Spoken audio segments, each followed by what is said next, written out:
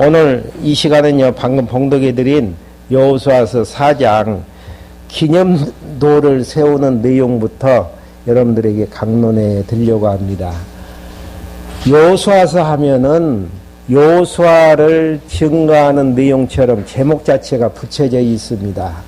그런데 성경 66권은 하나님 자신을 계시하시는 내용인데요. 계시하시는 내용은 하나님 자신은 살아계신다. 그리고 살아계신 하나님은 이러이러한 하나님이시다. 이걸 이제 우리에게 알게 하기 위해서 성경 66권을 기록해 하셔서 우리에게 주셨습니다.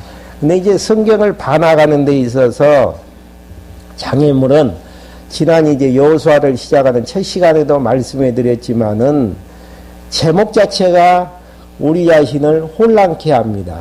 제목이 이제 여호수아라고 하기 때문에 여호수아가 가나안 땅을 정복했다. 여호수아에게 이제 초점을 맞추지만은 이 내용이 여호수아를 통해서 하나님이 어떠한 분이신가를 우리에게 알게 하시는데 바로 이제 그 하나님은 약속하시고 약속하신 대로 이루시는 하나님이심을 보여주시는 부분들이죠. 그러니까 여호수아서 내용을 이해를 하시려면은 창세기 내용부터 이해하지 아니하고서는 이 내용을 바르게 의미 분석을 할 수가 없습니다. 창세기부터 이제 잠깐 연결해서 여호수아하고 정리를 해드리면은요, 하나님께서 6일 동안 천지 만물을 창조하셨고 마지막 날 아담을 창조하셔서 아담에게 생육하고 번성하고 땅을 정복하고 다스릴 것에 대한 약속을 해 주셨는데 아담이 타락하게 되어지잖아요. 근데 이제 아담에게 했던 약속은 은혜 언약이기 때문에 둘째 아담 예수 그리스도를 통해서 반드시 이루어 주신다라는 확증으로 모형적으로 아브라함에게 약속을 하셔서 이 땅에 이스라엘이라는 다윗 왕국을 세워주실 것을 예표적으로 미리 이제 확증적인 차원에서 약속을 해 주십니다. 그래서 이제 창세기 후반부터 내용이 그 나라가 이제 세워지는 데 있어서 첫째 번 국민이 있어야 되잖아요. 그래서 이제 생육하고 번성케 해 주시겠다는 약속 따라서 애굽에 들어갈 때만 해도 한 70명 정도가 들어갔거든요. 근데 400년 동안 종살이 가운데에서 60만이라는 엄청난 숫자로 생육하고 번성케 해 나가는 이제 섭리의 내용들이 나와져 있고요. 수를 세보니까 광야를 통과해서 많은 사람들이 죽었는데도 또 이제 60만이라는 숫자로 이제 생육하고 번성케 되어집니다. 이 숫자는 20세 이상 된 남자들만의 숫자이기 때문에 여자들하고 아이들하고를 포함하면 한 200만이 좋게 넘는 숫자로 이제 생육하고 번성케 하는데 이 약속이 이제 성취가 되어졌고요. 그 다음에 이제 두 번째 약속인 가나안 땅을 주신다라는 약속이 이제 성취가 되어지는데 먼저 민수기서 이제 중반부 이후로 보게 되어지면은 요단강 건너 가나안 땅을 차지하기 전에 가나안 동편 땅을 먼저 차지해서 반드시 가나안 땅을 주신다라는 그런 이제 의미로 가나안 동편 땅을 차지하게 하시고요.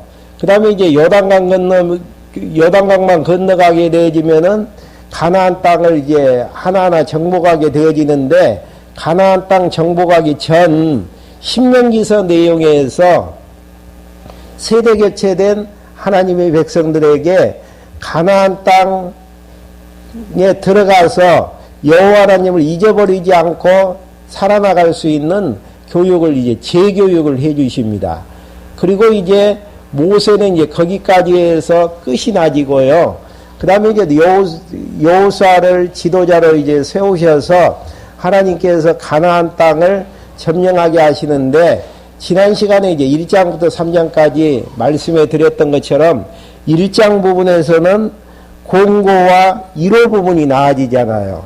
그러니까 이제 하나님께서 여호수아를 통해서 공고하고 이루어졌던 그 약속의 핵심은 내가 너와 함께 해 주시겠다. 그러니까 염려하지 말고 가나안 땅 건너가라. 그게 이제 여호수아서 1장에 대한 내용이고요. 그다음 2장 내용에서는 거기에 대한 확정으로 가나안 땅을 정탐하게 되어지는데 두 명의 정탐꾼들이 와서 보고하는 내용이 그들의 간담이 녹아 있습니다. 그러니까 하나님께서 우리에게 주신 땅은 분명히 우리 것입니다. 이런 이제 1장 내용에서 하나님이 함께 해주신다라는 그 약속에 대한 증표로 2장 부분에서 가나안 정탐을 통해서 확증을 가지고 오다 보니까 여호수아 입장에서는 힘이 낮을 수밖에 없잖아요. 그래서 이제 하나님께서 명하신 대로 3장 내용에서 요단강을 건너게 되어지는데요. 요단강 건너가는 것도 200만의 숫자가 요단강을 건너가려면은 배를 만든다든지 육교를 만든다든지 달을 놓는다든지 해야 되는데 하나님께서 명령하시기를 벗개를 맨 제사장의 발이 요단물에 닿는 순간 위에서 내려오는 물을 멈추고 마른 땅같이 건너게 하시겠다. 그러니 이제 약속을 해 주십니다. 그 약속 따라서 언약궤를 맨 제사장의 발이 요단물에 닿는 순간 위에서 흐르던 물이 멈추게 되어지므로 이스라엘 백성들이 한 명도 나고자 없이 가나안 땅, 요단을 건너서 가나안 땅에 들어가게 되어지는 그 내용이 지난 시간까지 강론해 드렸던 3장까지의 내용이었고요. 4장 내용에서는 기념도를 이제 세우는 내용입니다. 요단강만 건너가는 걸로 끝나버리면은 후대가 잊어버리잖아요.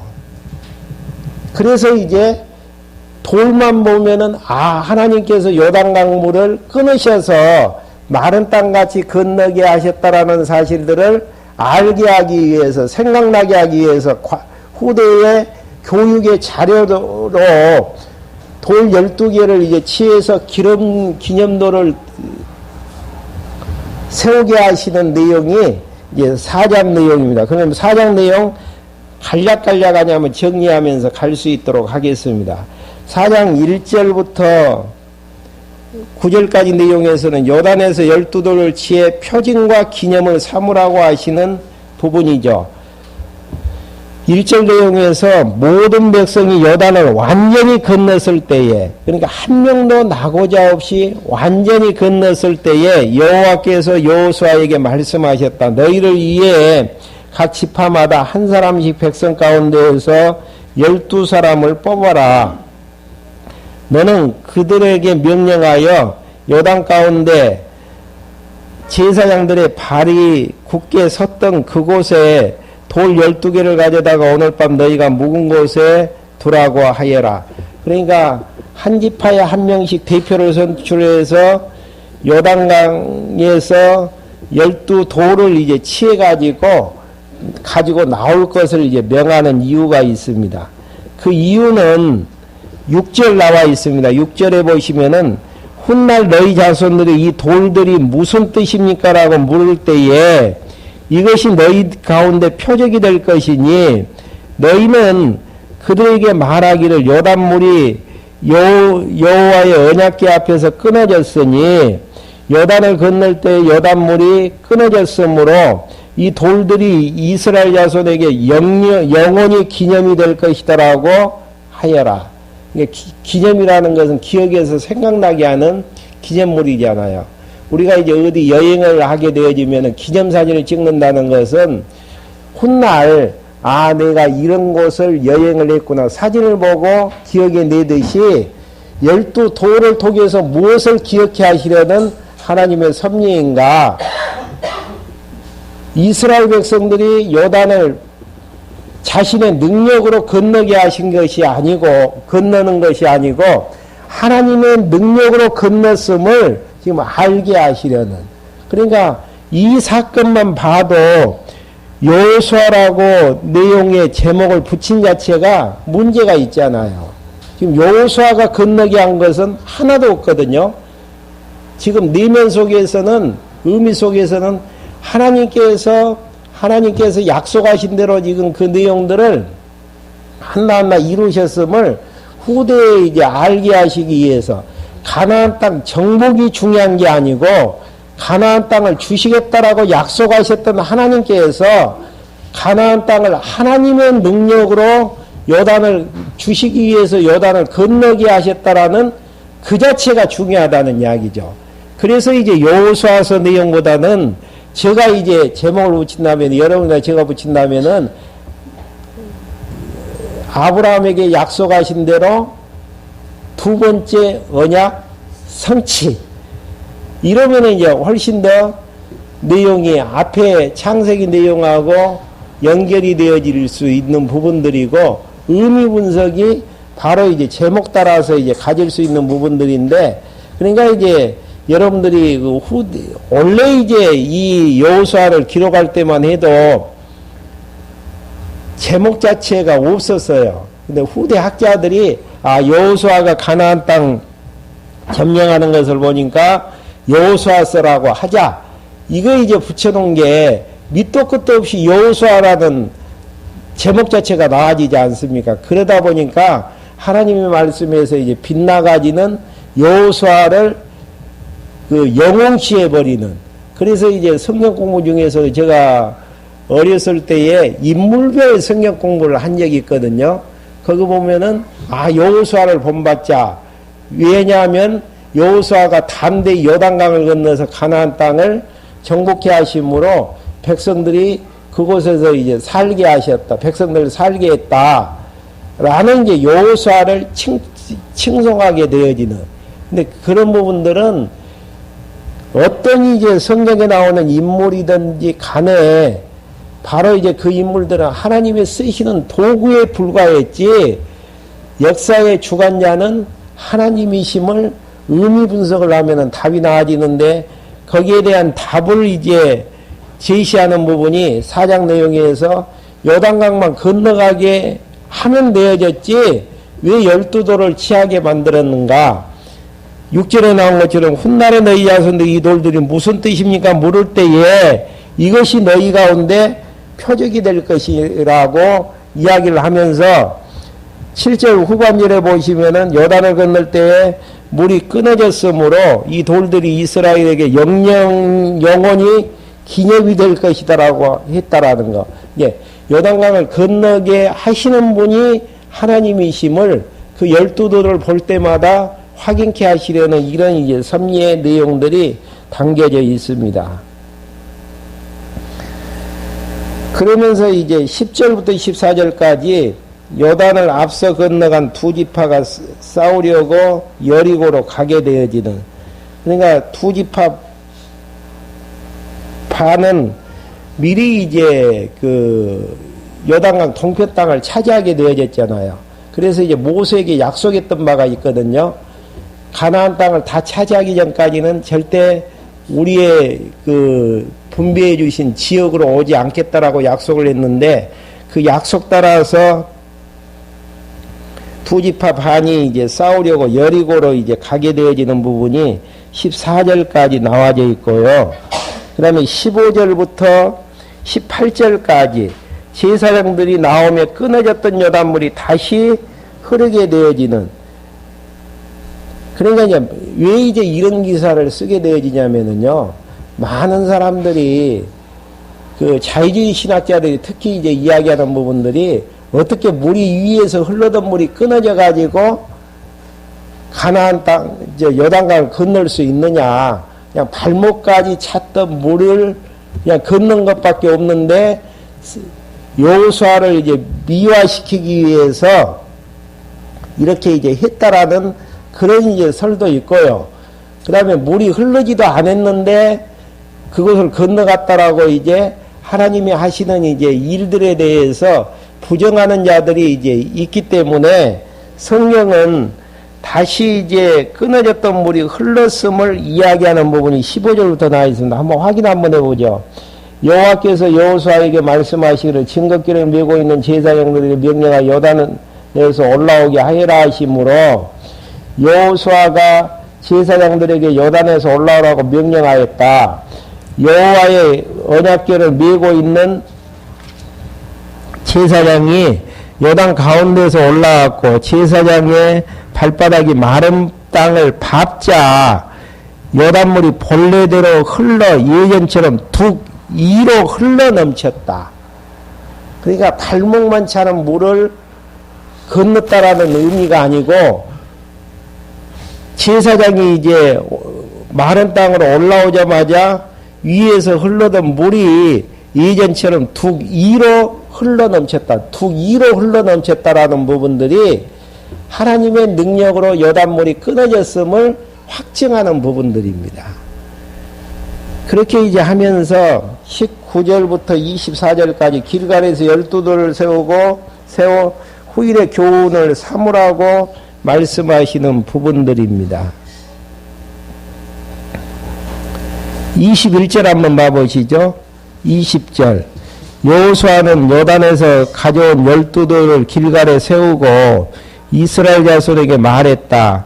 너희 자손이 훗날에 그들의 아버지에게 묻기를 이 돌들이 무슨 뜻입니까 하거든 너희는 너희 자손에게 이렇게 일러 알려주어라. 이스라엘이 이 요단을 마른 땅 위로 건넜으니 여호와 너희 하나님께서 너희가 건널 때까지 너희 앞에 요단물을 마르게 하신 것이 여호와 우리 하나님께서 우리가 건널 때까지 우리 앞에서 홍해를 마르게 하신 것 같았으므로 땅의 모든 백성으로 주의 손의 강함을 알게 하며 이게 목적이에요. 요단을 건너게 하시는 목적 자체가 주님의 손의 강함을 알게 하며 너희가 여호와 너희 하나님을 평생 경외하게 하려는 까닭이다라고 하여라. 그러니까 경외하게 하기 위해서는 하나님이 하셨다라는 것들이 생각나져야 되잖아요. 증명이 되어져야 되고 그러기 위해서는 요단강 안에 있었던 돌들이 이제 밖에 길갈에 세워져 있고 12돌이 세워진 걸 보니까 자녀들이 이상할 것 아니에요. 후대에는 그렇게 되어졌을 때에 주의 손의 강함을 알게 해서 여호와 너희 하나님을 평생 경외하게 하려는 것. 그러니까 여호수아서 내용을 기록하는 목적 자체가 여호와 계시에 있다라는 사실들이 확증되어지는 부분들입니다. 그러니까 우리가 사는 목적도 마찬가지예요. 이 당시에 사는 이스라엘이 살아나가는 후손이 살아나가는 목적들도 선택해서 하나님 언약대로 인도해 주셨던 여호와 하나님을 다시 한번 기억해서 경외케 하시려는데 목적이 있는 것처럼 우리가 사는 목적도 흥하느냐 망하느냐 건강하느냐 병드냐 사업에 실패했느냐 흥하느냐 이런 쪽에 우리의 이제 관심들이 몰려오게 되어지는데요. 흥하고 망하는 그 다음에 건강하고 건강치 못한 이런 것들을 통해서 누굴 배우게 하시려는 섭리인가? 하나님께서 하신다라는 것을 알게 하시려는 것. 왜 하나님께서 하시는 것을 알게 하시죠? 요단강 건너가서 할 수 있는 것은 한 가지밖에 없잖아요. 7, 80년 동안 배웠던 여호와 하나님 찬양하는 천국 가서 할 수 있는 것은 그것밖에 없어요. 그러기 위해서는 찬송의 가사들을 많이 준비를 해야 되는데 그 준비하기 위해서는 하나님께서 그렇게 하실 수밖에 없는. 네. 그러니까 우리가 인생의 목적을 어디다 두느냐에 따라서 좌절 속에서 살 수도 있고 좌절은 잠시 좌절 속에서 다시 한번 여호와 하나님 생각나게 되어지면은 다시 한번 여호와 하나님 생각하면서 배우는 계기로 가질 수도 있는 부분들이고요. 그러니까 냉정히 이야기하면은 여호수아서 내용이 요단강 건너서 가나안 땅 들어갔다. 우리나라 동화라 하면은 뒤에 뭐가 붙겠어요? 그래서 잘 먹고 잘 행복하게 살았다. 이게 이제 우리 전래 동화들의 이제 주된 이제 내용들 아니겠습니까? 근데 우리는 지금 성경에서 말을 하고자 하는 부분은 왜 요단강을 건너게 하셨는가? 주의 능력을 항상 기억해야 해서 그 여호와 하나님을 경외하면서 살게 하기 위해서 그렇게 하셨다라는 거. 이게 결말 자체가 틀리고 왜 그렇게 하셨는가에 대한 의미가 다르다는 거. 그래서 이제 우리 성경신학에서 결혼책에 보면은 앞에 붙어 있는 타이틀이 뭐죠? 의미 분석에 의한 성경 개론. 내용 분석이 아니에요. 사건 중심도 아니고 어떤 인물 중심의 내용도 아니고 인물을 분석하는 것도 아니고 사건을 분석하는 것도 아니고 내용을 분석하는 이유는 그 내용이 담고 있는 의미가 무엇인지를 알게 하기 위해서. 그렇기 때문에 여호수아서 내용을 공부하시려면은 창세기 내용이 이해가 되지 아니하고 연결이 되어지지 아니하면은 바른 답을 낼 수가 없다라는 거. 왜 요단강 건너갔는데 여호와 하나님을 경외케 하시려는데 목적이 있는 것인가? 창세기부터 연결이 되어졌을 때에 또 4장 내용을 정리했을 때에 1장, 2장, 3장 내용에 대한 답을 연결고리를 걸었을 때야만이 내용들이 이제 이해가 될 수 있다라는 거. 그 다음에 이제 5장으로 넘어가서요. 5장부터 12장까지는 아브라함과 이삭과 야곱에게 약속하셨던 가나안 땅이 드디어 정복되어지는 이런 이제 내용들이 나와집니다. 아브라함에게 약속해서 지금 여호수아서 때까지가 몇 년이냐면은 한 500년 정도 기간이 지나간 상태거든요. 그러니까 우리 편에서는 500년이라는 기간이 굉장히 짧게 느껴지지만, 길게 느껴지지만은 하나님 편에서는 한 경점에 불과하게 되어지는. 그러니까 약속이라는 게 우리 대에 이루어질 수도 있고, 우리 후대에 이루어질 수도 있다라는 거. 그러니까 빨리빨리라는 내용이 이제 우리가 익숙했던 부분들이 적용이 성경에서는 안 되어지고, 아브라함에게 약속하셨던 그 약속이 500년이 지난 여호수아 시대 때에 가나안 땅이 이제 5장부터 12장까지 정복되어지는 광경들을 지금 확인케 해주신다라는 거. 그러니까 왜 가나안 땅이 정복되어져야 되는가? 하나님께서 이스라엘 나라를 세우기 위해서는, 다윗 왕국을 세우기 위해서는 땅이 있어야 되잖아요. 그 말씀을 미리 이제 말씀해 주셨기 때문에 이루어져야만이 하나님이 여호와 되심을 알 수 있고요. 하나님이 여호와 되심을 알게 되는 목적 자체는 약속하시고 약속대로 이루시는 그분은 분명히 살아 계신다. 그리고 살아 계신 그 하나님은 이러이러한 하나님이시다. 그걸 알아야만이 그분을 이제 알고 이제 경외할 수 있다라는 이야기죠. 그러면은 이제 먼저 이제 가나안 땅을 정복하게 되어지는 것인데, 요단강 바로 이제 건너게 되어지면은 여리고성이 있는데, 여리고성을 이제 정복하는 부분이 5장부터 8장까지 나와 있습니다. 먼저 이제 여리고성 정복에 대한 준비하는 내용이 5장 부분에 있는데요. 5장 1절에 보시게 되어지면 요단강 사건으로 요단 서편 왕들이 정신을 잃어버리게 되어지는 내용입니다. 1절만 한번 봐보시죠. 요단 서편에 있는 아모리 사람의 모든 왕과 해변에 있는 가나안 사람의 모든 왕들이 여호와께서 이스라엘 자손이 건너갈 때까지 요단강 물을 마르게 하셨다는 말을 듣고 이스라엘 자손 때문에 마음이 녹았고 정신이 없었다. 심리전에서 완전히 기선제압을 하게 되어지는, 이스라엘 백성들에게는 하나님의 능력을 배우게 되어지는 계기가 되어지지만은 가나안 땅에 살고 있는 7 족속에게는 완전히 길을 꺾어버리시는, 그래서 전쟁에서 승리로 가게 하시려는 다목적에 이제 섭리를 하나님께서 해나가시는 부분들이 지금 요단강을 건너게 하셨던 부분들입니다. 그러면서 이제 2절부터 3절까지는 여호와의 명대로 여호수아가 자손에게 할례를 행하게 되어집니다. 요단강 건넜으니까 빨리 그 기세로 밀어붙이면 되지 않아요. 밀어붙이면 되어지는데 또 할례를 행하게 되어지는 의미가 무엇인지 한번 읽고 확인할 수 있도록 한번 해보죠.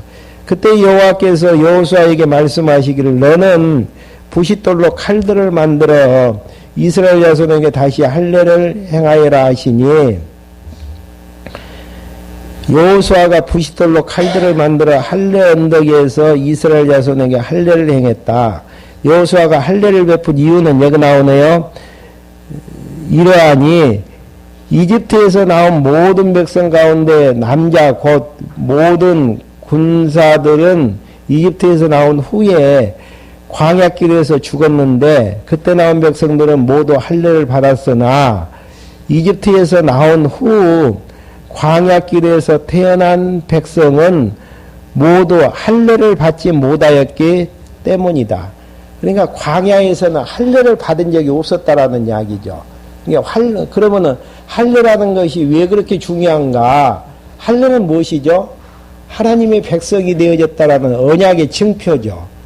그러면은 남자아이들이 또 남자 군인들이 화장실을 갈 때마다 그 할례 표시를 보면서 나는 하나님께서 선택해 주신 거룩한 언약 자손이다.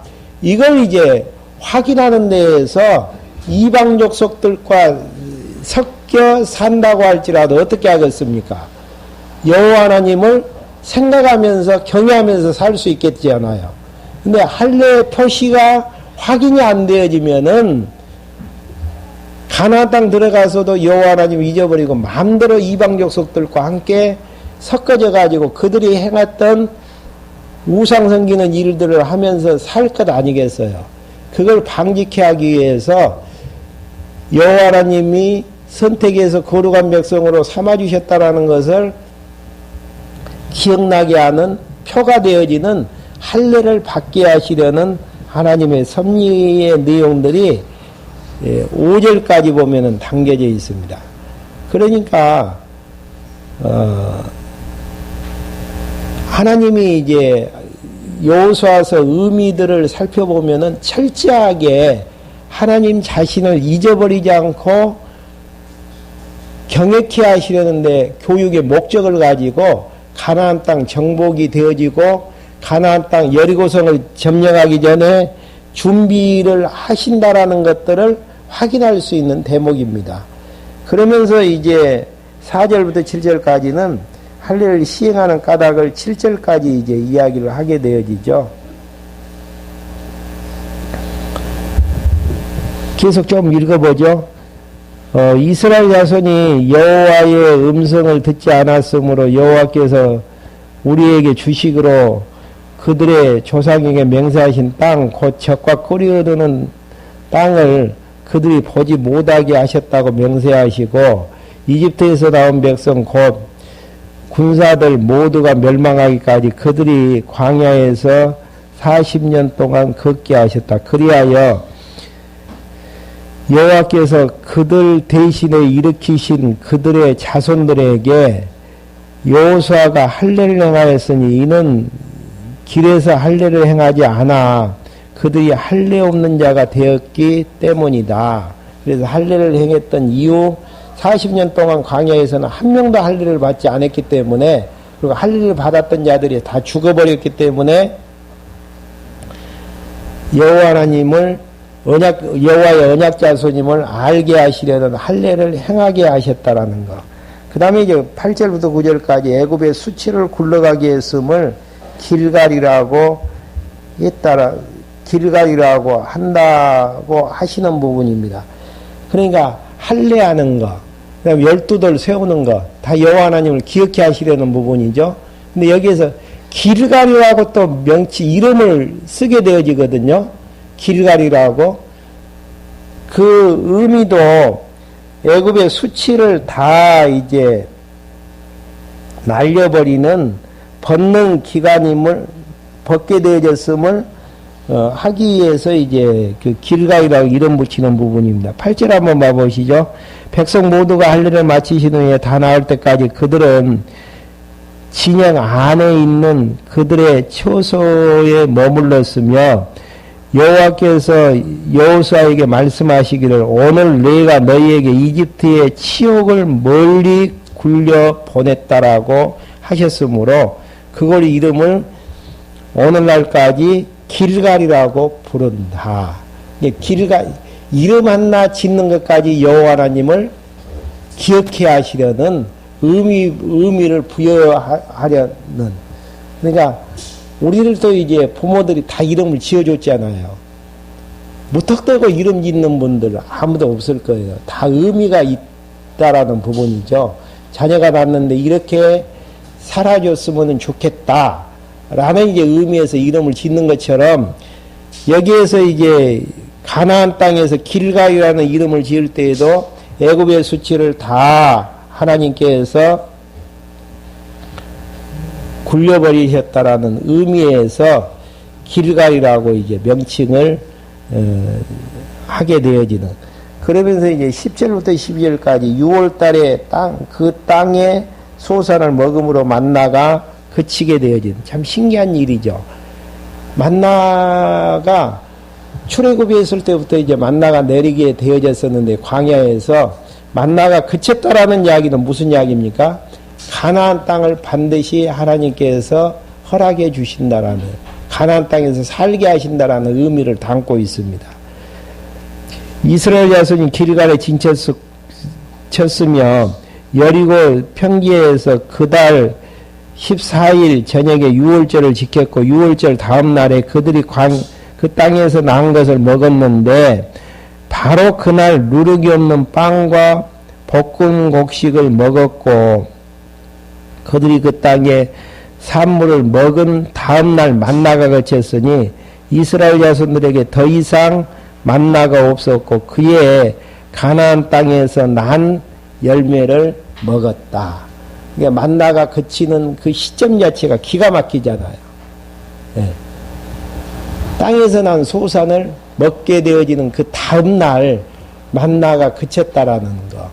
그러니까 만나 내리게 하신 분도 하나님이시고 만나를 그치게 하신 분도 하나님이시고 가나안 땅 들어가게 하셔서 가나안 땅에 있는 심지도 않는 식물 속에서 식물을 먹게 하시는 분도 하나님이시고, 그러니까 만나 내리게 하시는 하나님께서 멈추게도 하시고 소산을 먹게도 하시고 다 하나님께서 때를 따라서 먹을 것과 입을 것 필요한 것들 하나님께서 다 허락해 주신다라는 사실.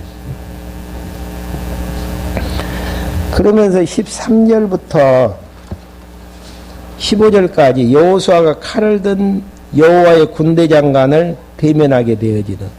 그러니까 지난 시간에 하나님께서 함께 해주신다고 약속했잖아요. 그러면은 뭐 여호수아를 통해서 바로 이제 가나안 땅을 점령해 버리면 될 텐데 다시 한번 군대 장관을 보내 가지고 하나님이 함께 하신다라는 사실들을 확인케 하시려는 이 의미는 뭐겠어요? 가나안 땅 정복 너가 하는 것이 아니고 하나님께서 하신다라는 것들을 하여튼 기회만 있을 때마다 확신을 허락해 주시고 그 확신 때문에 여호와 하나님께서 하시는 말씀대로 여호수아가 순종할 수밖에 없고 또 여호수아 이야기를 백성들이 순종할 수밖에 없죠. 이 부분을 지금 성경에서는 신약 성경에서는 믿음의 행위라고 이야기하게 되어지는. 믿음이라는 것은 나에게서 나오는 게 아니에요. 누가 주시죠? 하나님이 주시는데 어떤 방법으로요?